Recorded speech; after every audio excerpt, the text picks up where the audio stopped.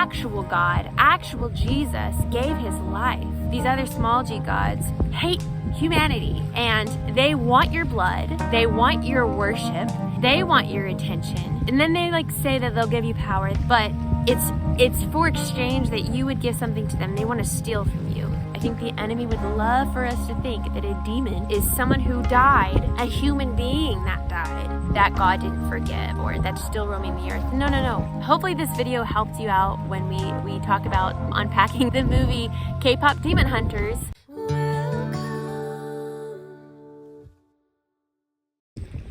Alright, so I felt it necessary to make a separate video unpacking what even a demon is biblically. We could use the word demon and throw it around, but if we don't have a biblical understanding on what a demon is, then it doesn't have its richness. This is such a deep topic. I didn't want to take up that whole video with this subject, because this subject kind of needs its own video. So here you go.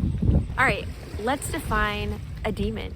A demon, I would say, is a disembodied, non-human spirit being that is still roaming the earth in rebellion ever since they were taken out in the Great Flood. Noah's Ark times, when all of those creatures that died, that didn't have a place to go, their spirits are still roaming the earth, and that's what we would call a demon. Now, I'm going to take the rest of this video unpacking through scripture why a lot of biblical teachers have come to that conclusion and that definition. All right, let's go back to Genesis. We're going to go to Genesis 6 and talk about the sons of God, what it means when it says the sons of God. So, sons of God is a phrase the Bible refers to as created beings by God that are not human, that someone referred to these as watcher angels or angels that were sent to the earth to help rule over it under the authority of God. So they could be called sons of God, meaning God created them. Doesn't mean the likeness of God, not to be confused with Adam or human beings, but I guess in this case, that phrase, of course it wasn't originally English, so this is all translated, but scholars believe that that phrase sons of God referred to non-human rulers or authorities that God created to watch over the earth. We can find that idea in Colossians 1, verse 16. It says, "For by him all things were created, in heaven and on earth, visible and invisible, whether thrones or dominions or rulers or authorities. All things were created through him and for him." So we often only think about things we can see, but it says right here, there are also invisible authorities and dominions and powers and stuff, that were created by God for good. We can also see in the book of Job, toward the beginning, a couple instances where that phrase sons of God is used as well for non-human beings. Job 2 verse 1 says, "And there was a day when the sons of God came to present themselves before the Lord, and Satan also came among them to present himself before the Lord." So that tells us, yes, God is God, even above those invisible rulers. They still had to present themselves before the Lord and have accountability for what they were doing. All right, so now we're at Genesis 6, now that we have a little context for the phrase, the sons of God. Genesis 6, verse 1 and 2 says, "Then the people began to multiply on the earth, and daughters were born to them." So this human beings. Then it says, "The sons of God saw the beautiful women and took any they wanted as their wives." That's a very nice way of saying something that is very evil.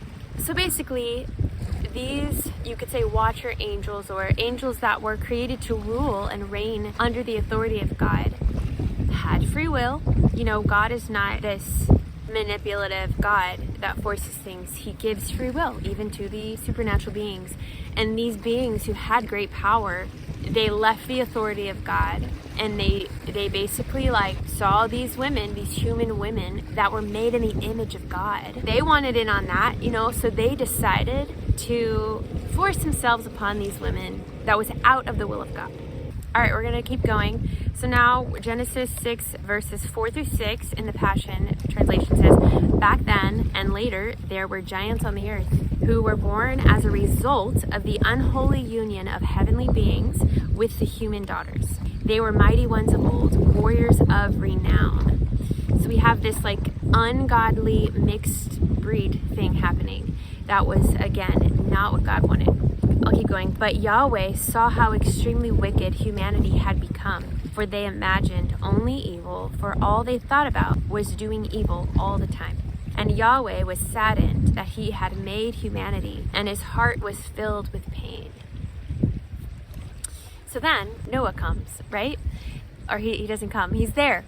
So let's keep going. It says a little bit later in that chapter, Noah was a godly man of integrity without fault in his generation, and he lived close to God. So there's something to be said that he lived close to God. He wanted to be close to God. He still remained after God's heart, even amongst all this craziness of like these mixed humans with these angels who rebelled. You know, it's just crazy thing, this crazy existence that Noah and his family lived in that we don't think about. And okay, I also want to point out that if you look into the original language of that word generations, when it says Noah was without fault in his generation, it could also mean generations as in like genealogy, as in his race, or basically like his genes were without fault, meaning his genes were not mixed with the other rebellious watcher angels. Noah and his family still had 100% pure breed human DNA, is another way you could say it. That is what a lot of biblical scholars have found that word could mean. That Noah and his family were without fault in the human race, the 100% purebred human race. And we're not going to twist it to be like, oh, you're going to be 100% white or 100% this race or 100% that race. No, 100% human being, which is like all of those races. All of the races are 100% human being. This is talking about 100% human being with no mixture of like other supernatural beings. That's what they believe this statement actually translates as, or could be. All right, and that is now we can kind of start to understand why God might do away with this creation that over time and generations and generations and generations has become this mixed breed with evil in it. Because if God doesn't create, like make a creation, and now there's these things coming together that God does not breathe his spirit in, that means if it does not come from the Spirit of God, it has no capacity to love. It truly, like every human being that is born is knit together in their mother's womb.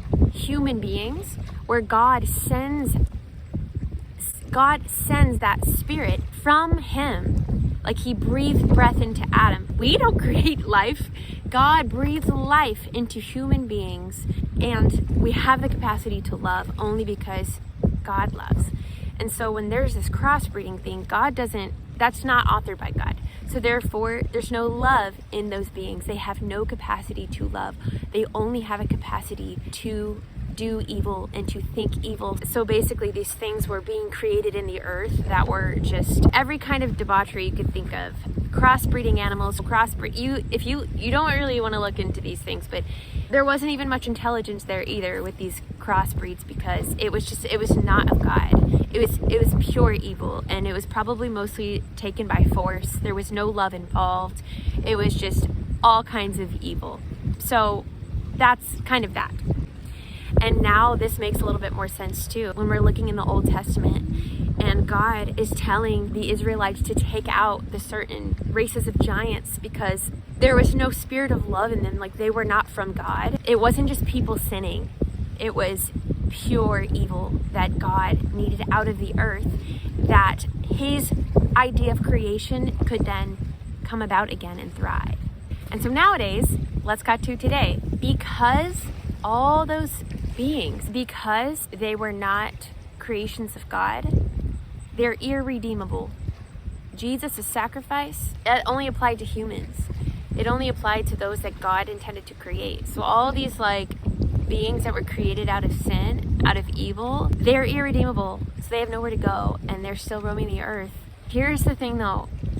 We don't want the enemy to twist our compassion and to feel bad for these things, because I don't think we understand, like, these beings have literally no capacity for love. They are set on evil. We don't see them, but that's what it says in Ephesians 6. That's what we're warring against. We do not war against flesh and blood, but powers and principalities and those that rule in the darkness, like darkness that rules, you know? These are things in our Bible, and obviously we don't want to dwell on them, but we also can't be ignorant because it says people perish for lack of knowledge. So I'm telling you these things, you can understand like the depth of what a demon is. I think the enemy would love for us to think that a demon is someone who died, a human being that died, that God didn't forgive or that's still roaming the earth. No. Human beings that die should go to heaven. They were made for heaven.